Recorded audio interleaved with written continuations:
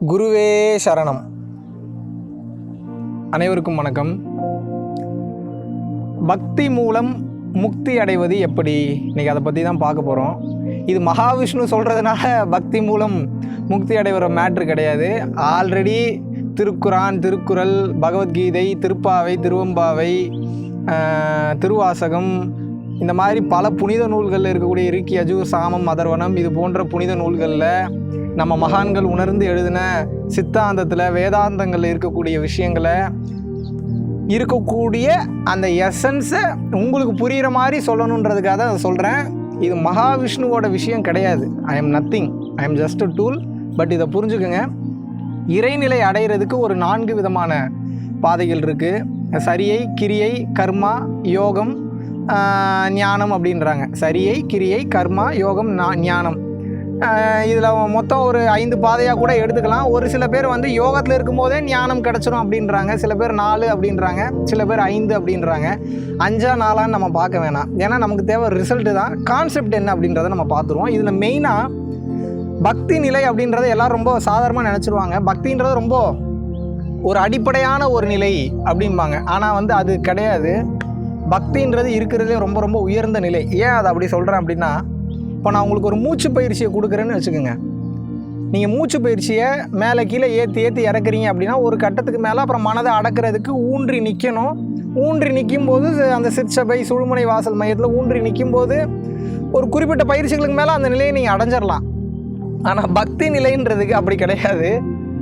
சரணாகதி நிலைக்கு போகணும். நீங்கள் சரணாகதி நிலைன்னா என்ன, உங்களை கம்ப்ளீட்டாக கொண்டு போய் நீங்கள் ரொம்ப விருப்பப்படக்கூடிய ஒரு கடவுள்கிட்டையோ இல்லை ஒரு குருக்கிட்டேயோ, நீங்கள் தான் எல்லாமே, உங்களை கடந்த எனக்கு எதுவுமே கிடையாது, நீங்கள் என்னை கம்ப்ளீட்டாக பார்த்துக்கங்க, உங்களை நம்பி நான் வந்துட்டேன், நீங்கள் தான் இனிமேல் என்னை எல்லாம் வழி நடத்தணும்னு சொல்லி 100% நம்பிக்கை இல்லைங்க, 200% நம்பிக்கை இல்லைங்க, ஒரு 1000% நம்பிக்கையோடு போய் கம்ப்ளீட்டாக சரண்டர் ஆகுறீங்க பார்த்தீங்களா? அந்த சரண்டர்டு ஸ்டேஜில் மட்டும்தான் பக்தி நிலையில் முக்தி அப்படின்றத அடைய முடியும்.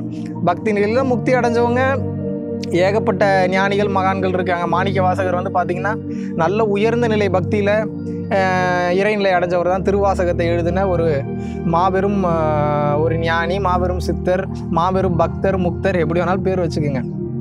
அப்போது அந்த கடவுள் மேலே இருக்கக்கூடிய நம்பிக்கை அப்படி அசைக்க முடியாத நம்பிக்கையாக இருக்கணும். அந்த அளவுக்கு அவர் என்னை பார்த்துப்பார். இப்போது இந்த இடத்துல நான் இருக்கேன், இந்த இடத்துல எனக்கு உயிர் போக போகுதுன்னு தெரிஞ்சிட்டா கூட என்னை இறைவன் பார்த்துப்பாப்புல. என் உயிரே போனாலும் இறைவன் பார்த்துப்பாப்புல. அப்படின்னா இது இன்னும் ஆழமாக சொல்கிறேன் பாருங்க. இப்போ நான் இந்த இடத்துல உட்காந்துக்கிட்டு இருக்கேன், என் முன்னாடி ஒரு 4 சிங்கம் நிற்கிதுங்க. லெஃப்ட் சைடு ஒரு 6 சிறுத்தை நிற்கிது. ரைட் சைடு மலைப்பாம்பு, ராஜநாகப்பாம்பு, நல்ல பாம்பு, பூரா விஷப்பாம்புகளாக நிற்கிது. மேலே இருந்து இன்னும் கொஞ்சம் நேரத்தில் இடி உழுக போகுது. பின்னாடி பார்த்தீங்கன்னா ஒரு ஒரு ஒரு ஊரே நிற்கிறாங்க. என்னை கத்தி, கடப்பாரை, அருவா வச்சு நீ போட்டு தள்ளுறக்கா நிற்கிறாங்க. கீழே ஃபுல்லாக பார்த்தீங்கன்னா பூரா பாதரசம், ஃபுல்லாக ஆசிடாக கிடக்கு. கரெக்டாக ஒரு 10 செகண்ட்ஸில் உயிர் ஷோர் ஷாட்டாக போகுதுன்னு வச்சுப்போம். இதில் நான் தப்பிக்கிறதுக்கு ஏதாவது வாய்ப்பு இருக்கா? இந்த பக்கம் இருந்து உயிர் போக போகுது, இந்த பக்கம் இருந்து உயிர் போக போகுது, இந்த பக்கம் இருந்து உயிர் போக போகுது. மேலே இருந்தாலும் உயிர் போயிடும், கீழே இறங்கினாலும் உயிர் போயிடும், பின்னாடி இருந்து உயிர் போயிடும். நான் எதுவுமே பேசாமல் இருந்தாலும் கொஞ்ச நேரத்தில் எனக்கு மூச்சு நின்று நானே சாவ போகிறேன். இப்போ நான் தப்பிக்கிறதுக்கு ஏதாவது வாய்ப்பு இருக்குமாங்க? பாசிபிலிட்டிஸ் ரொம்ப ரொம்ப கம்மி நான் உயிர் தப்பிக்கிறதுக்கு. ஆனால் ஒருத்தனுடைய நம்பிக்கை இந்த சூழ்நிலையில் கூட, என்னோட குரு யாராக வேணா இருக்கட்டும், இந்த நேரத்தில் என்னுடைய கடவுள், இஷ்ட தெய்வம் யாராக வேணா இருக்கட்டும், தெய்வம்னாவே ஆற்றல் மிக்கது தான், அதில் மாற்று கருத்து இல்லை. அந்த தெய்வம் என்னை இந்த நேரத்தில் நிச்சயமாக காப்பாற்றுன்னு சொல்லி 100% இல்லைங்க, 200% நம்பிக்கை எனக்கு இருக்குது அப்படின்னா, அசைக்க முடியாத நம்பிக்கையில் ஏங்க கடவுள் வருவாருங்க, என்னை காப்பாற்றுவாருங்க. அது எப்படின்னா, அந்த 200% நம்பிக்கையை நான் வார்த்தையில் சொல்லிட்டேன். உங்களுக்கு மன அளவில் ஃபீல் ஆகணும். ஒரு சின்ன டவுட்டு கூட வந்துடக்கூடாது, ஒரு சின்ன சந்தேகம் கூட வந்துடக்கூடாது. வருவாரான்னா முடிஞ்சு போச்சு. அந்த பக்தி, அந்த முக்தி நிலைம்பாங்க, அந்த அந்த டாப்பில் தட்டி தூக்கணும். அந்த பரிபூர்ணத்துவம், அந்த பக்தி போயிடுச்சு அப்படின்னா, நீங்கள் கும்பிடக்கூடிய அந்த இஷ்ட தெய்வத்தால் பார்த்துக்கிட்டு சும்மா இருக்க முடியாது. நம்மளை நம்பிட்டான்டா, அவன் நம்மளை 200% நம்பிட்டான்டா, இவனை எப்படி நம்ம விட்டுற முடியும்னு சொல்லி. இதெல்லாம் மாயை தானே. சிங்கமாக இருக்கட்டும், புலியாக இருக்கட்டும், கரடியாக இருக்கட்டும், பாம்பாக இருக்கட்டும், தேலாக இருக்கட்டும், மனிதர்களாக இருக்கட்டும், மூச்சாக இருக்கட்டும், எல்லாமே மாயைங்க. மனித நிலையை தாண்டி தெய்வ நிலைன்ற ஒன்று இருக்குது. அப்போ தெய்வ நிலையில் வாழக்கூடிய தெய்வங்களுக்கு இதெல்லாம் ஒரு பெரிய விஷயமே இல்லை. வேறு பரிமாணத்திலிருந்து வந்து உங்கள் உயிர் போகுதுன்னு தெரிஞ்சதுன்னா கூட, விதியிலே உங்கள் உயிர் போகுதுன்னு இருந்தால் கூட, உங்களுடைய அசைக்க முடியாத நம்பிக்கைன்னு ஒன்று இருக்குன்னு வைங்க, நீட்டாக வந்து உங்களை அப்படியே அலேக்கா தூக்கிட்டு போய் காப்பாற்றிடும். அவ்வளோதாங்க விஷயம். இதை நீங்கள் சாதாரணமாக எடுத்துக்காதீங்க. இதுதான் பக்திக்கு இருக்கக்கூடிய மாபெரும் வலிமை. சரணாகதி ஆயிடுறோம். என் குழந்தைக்கு சாப்பாடு இல்லைனாலும் நீ பார்த்துக்க, என் வீட்டுக்கு வந்து தேவையான செல்வ வளம் இல்லையா நீ பார்த்துக்க, இன்றைக்கி எனக்கு ஒரு இடத்துக்கு நான் போகிறதுக்கு பஸ்ஸு காசு இல்லையா, நான் உழைக்கிறேன், எல்லாமே பண்ணுறேன், ஆனால் என்னை நீ பார்த்துக்கன்ற அந்த சரணாகதி நிலை அவ்வளோ சீக்கிரம் வருமா? இது பைத்தியாரத்தனம் பையன் பார்க்குறோம் பூரா என்ன லூசுத்தனமாக பேசிக்கிட்டு இருக்க.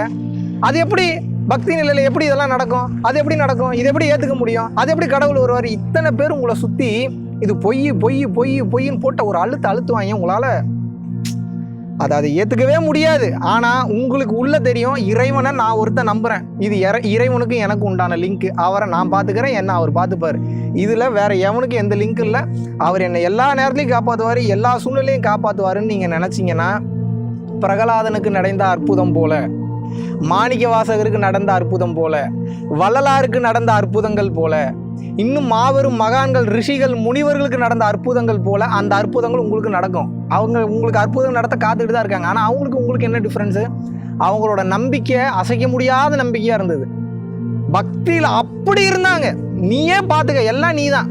இப்போது எனக்குள்ள சில ஆற்றல்கள், பவர்கள் வந்துருச்சு அப்படின்னா, நான் என்ன நினச்சிக்கிறேன் அப்படின்னா, நான் ரொம்ப அசால்ட்டாக நினச்சிக்கிறேன், எனக்கு இருக்கிற பவரை வச்சு என்ன நான் காப்பாற்றிப்பேன். ஆனால் எனக்கு உண்டான பவர் எனக்கு வந்ததுன்னா கூட அவங்க தான் என்னை பார்த்துக்கிறாங்க, அவங்க தான் என்னை வழி நடத்துகிறாங்க, என் பவரை நான் வேஸ்ட் பண்ண மாட்டேன், என்னுடைய பவர், என்னுடைய ஆற்றல் நிலையை நான் முக்திக்கு சேமித்து வைக்கிறேன்ற நிலைக்கு நீங்கள் போயிட்டீங்கன்னா 200% அவங்க உங்களை பார்த்துப்பாங்க. இதில் நீங்கள் புரிஞ்சுக்க வேண்டியது ஒன்றே ஒன்று தான், பக்தியில் முக்தி அடைவது மிகவும் எளிது, ஆனால் மிகவும் கடினம். எப்போ எளிது? அவங்கள 100% இல்லை 200% நீங்கள் நம்பிட்டீங்கன்னா எளிது. எப்போ கடினம்? நான் 200% நம்புறேன்ற வாய் அளவில் சொல்லிக்கிட்டு உள்ளுக்குள்ளே டவுட் இருந்ததுன்னா முடிஞ்சு. அது பக்தி நிலையே கிடையாது. இதுதான் பக்தியில் முக்தி அடைவது.